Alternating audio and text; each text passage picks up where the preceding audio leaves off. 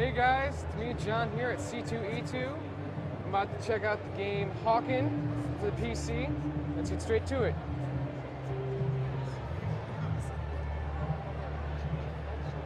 Hi, this is Mark from Meteor Entertainment, the publishers of the game Hawken. I'm just going to talk over John's gameplay here. Looks like he's playing one of the tutorial videos that we've got set up. So our game, if you follow it, you'll know, going on playhawken.com, if you download it, it's a multiplayer game only. So we don't have any single player modes for folks to kind of learn the game, but we've created a few training modes here so that people can kind of figure out what are the controls, what are the different mech classes, how can I find a mech type that kind of suits my play style. We have a few different game modes that are in addition to the standard game modes that you'll see on most first-person shooters. John's just kind of learning that stuff right now. There's footage right now of our Siege mode showing up. We're really proud of this. Siege mode is basically one of these game modes where there's two different teams. You're collecting resources on a map. You bring the resources back to your home base, and then you launch a battleship that goes to the other side of the map. So John's going to play through the first training mission here. You can see his mech starting out in the garage. And he's going to follow this tutorial mech around. This is an NPC. Standard WASD controls, keyboard and mouse controls, but WASD to do movement. You know, the fun thing, we're at C2E2 and there's a lot of cosplay here, but the fun thing we've seen is people have been, some of our fans have been cosplaying as the tutorial NPC, Lila. You might be able to see her picture in the upper left of the screen. So what John's doing right now is he's using the shift modifier to boost. If you use shift plus any of the movement keys, you run faster. That is pegged to a fuel gauge though, so you can't just boost infinitely. Once your fuel runs out, you have to wait for it to recharge. This part of the tutorial, we're showing you how to heal your mech. So Lila, the NPC, kind of shot a missile at John, and John's dropping down into repair mode. If you hold the C key down, you've got a repair bot. It's kind of fun to pan around with the mouse in this mode too. You can kind of see if people are sneaking up on you, which does happen quite a bit in the multiplayer modes. Right here, Lila's showing the user how to dodge using Shift plus A or D. As I was saying, the Shift modifier plus any other movement key will boost around. A and D are the side movements, so you can kind of dodge one way or the other here. That's very helpful when someone's shooting a missile at you, or if you want to duck back into cover.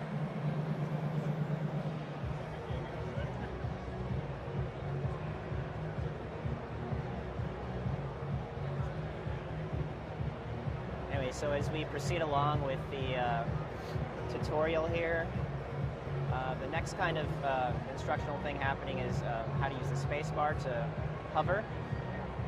So John's pretty much nailed that first jump. Again, this is pegged to the same fuel gauge that you're using for boosting. So you can't hover indefinitely. You have to be sure to manage your fuel. You can kind of see it showing up in the lower center part of the screen where your fuel gauge is.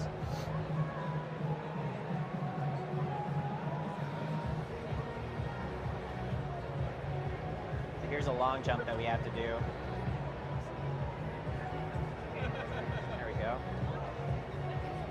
Well, John's quite a natural at this, certainly in the movement at least. We have these little pods that'll show up in the game once in a while that'll, if you walk on top of them, they boost you up automatically without having to hit the space. It's a quick way to navigate the levels. So the next part of this tutorial is basically how to aim and fire with your weapons. We have a primary weapon and a secondary weapon for each mech. The primary weapon fires with the left mouse button. John's firing that right now. He just shot off the tow rocket, which is our secondary weapon for this mech. So in this tutorial mode, we have a few bots that you can shoot at. The primary gameplay, though, is against other players, and so you'll be shooting at other mechs versus bots.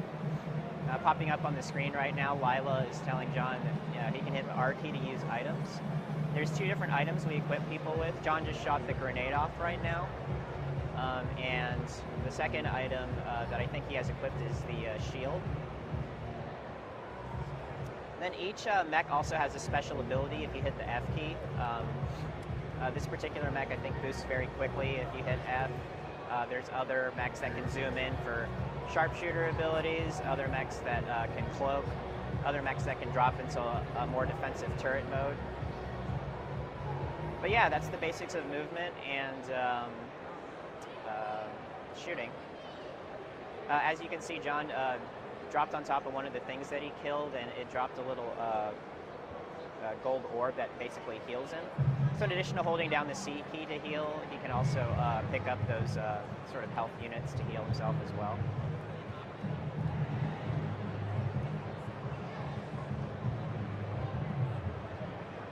But yeah, that's the basics of the tutorial. And yeah, go to playhawken.com, you can check it out.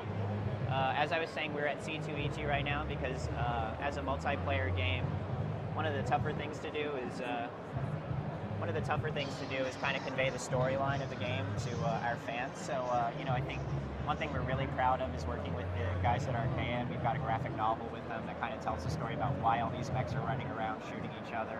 Gotta love that, video games and comics, exactly. right? So, I think we were talking earlier, you said there's a lot of fans on your site who like comics, so we've got that for them, and then for the folks who are into the games, we have that as well. So, I mean, just by playing the demo, I'm actually really liking this game so far. Great. It's a lot of fun. I get the vibe of kind of like Gundam, except more Gears of War-esque. A bit more rusted down. I think that's one of the interesting things we've kind of heard from our fans is that this distressed art style. Kang Lee, our creative director at Adhesive Games, he's very well known in the industry, one of the premier concept artists in the industry, and so he started this game company up, and he was really inspired by a lot of the old mech games from the 90s and also by the Maschinen and Krieger stuff, and so I think when the game first went viral around the middle of 2011, a lot of people kind of picked it out because of the art style, and they really love that kind of this mechanized, distressed, dystopian art style. So it carries over very well into the comic world as well, putting that concept art and putting that line art into a graphic novel with Arcade. So. It gives it more like a feel of badassness. You can make yourself feel more badass. Yeah. Now I noticed that you can actually customize your mech.